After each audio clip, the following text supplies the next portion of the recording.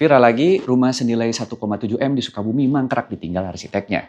Kasus ini sebetulnya agak serupa dengan kasus kontraktor yang terkenal, cabangnya ada ratusan di tahun kemarin. Katanya merugikan kliennya hingga 30 M. Ya sebetulnya kasus-kasus serupa mungkin ada yang terjadi juga ya di seluruh Indonesia. Karena kasus seperti ini adalah kasus klasik yang mungkin rata-rata dialami oleh teman-teman klien ya, yang kebanyakan baru bangun pertama kali, sehingga belum begitu mengetahui bagaimana cara memilih kontraktor yang tepat. Terkenal, nggak jamin profesional, murah nggak jamin tuntas, mahal nggak jamin kualitas. Lalu bagaimana caranya memilih kontraktor atau arsitek yang tepat untuk pembangunan rumah Anda? Yang pertama, namanya juga kerjasama dengan kontraktor. Tentu saja kita harus baca kontraknya secara detail. Misalnya seperti kasus yang kemarin ya, yang saya bahas juga, kalau ini kasusnya mengenai arsitek yang terkenal katanya. Dan harganya juga mahal. Nah, yang mungkin salah satu penyebabnya adalah klien yang tidak membaca kontraknya secara mendetail. Sehingga sebagai klien, ini wajib banget memahami kontrak per kontraknya. Apa garansi dan kompensasinya? Apa manajemen resiko yang klien dapatkan? Kapan kita harus bayar termin dan apakah kita terima laporan harian? Misalnya kalau di Sebakon kita ada pengawasan harian, dan juga pengawasan dari arsitek yang sifatnya mingguan, laporannya bentuknya kayak gimana gitu, yang harian, lalu kemudian yang mingguan dan yang bulanan. Kemudian apa saja kejadian-kejadian yang terjadi, potensi risiko apa, kita semua sampaikan tanpa ada yang ditutup-tutupi. Yang kedua, perhatikan penagihan per termin.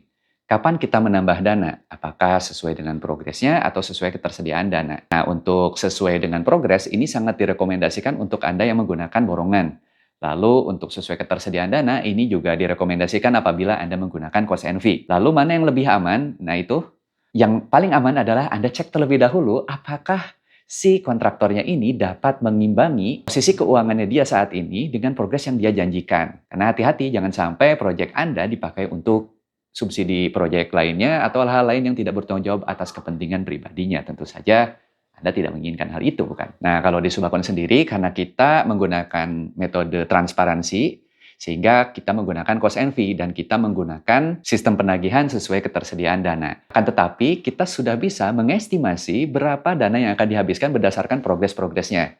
Dan hampir 90% kita bisa memastikan bahwa progres yang didapatkan oleh klien sesuai dengan jumlah uang yang dikeluarkan. Terkecuali kliennya memang selalu melakukan upgrade, dan ini hampir selalu, karena selalu ada uang sisa dari uang termin yang diestimasi. Lalu aliran dana, termasuk juga struk pembelian juga kami share, karena sifatnya kami cost and fee. Yang ketiga, hati-hati dengan kata amanah. Serius, amanah ini sebutan dari orang lain, bukan proklamasi dari diri sendiri. Nah, ini juga berlaku apabila ada komen-komen atau testimoni yang ada di sosial medianya, yang ada di iklannya. Karena bisa jadi itu ada komen atau testimoni palsu atau proyek palsu bahkan.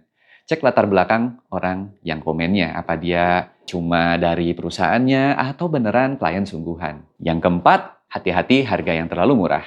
Perhatikan spek yang didapatkan, apakah spek dalam RAB-nya mendetail atau agak abu-abu. Adakah kompensasi apabila speknya tidak sesuai? Yang kelima, ini adalah cara yang terbaik. Cek langsung hasil bangun dari kontraktor tersebut dengan silaturahmi atau minimal lihat bangunan karyanya di luar.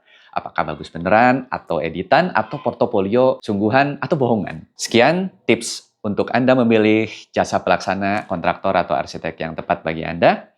Bagikan bila bermanfaat, koreksi bila ada kesalahan. Terima kasih. Dan buat Anda yang menyimak sampai akhir, ada bonus buat Anda. Ada e-course Traktir Hot Choco Bangun Rumah Tanpa Mangkrak senilai Rp99.000.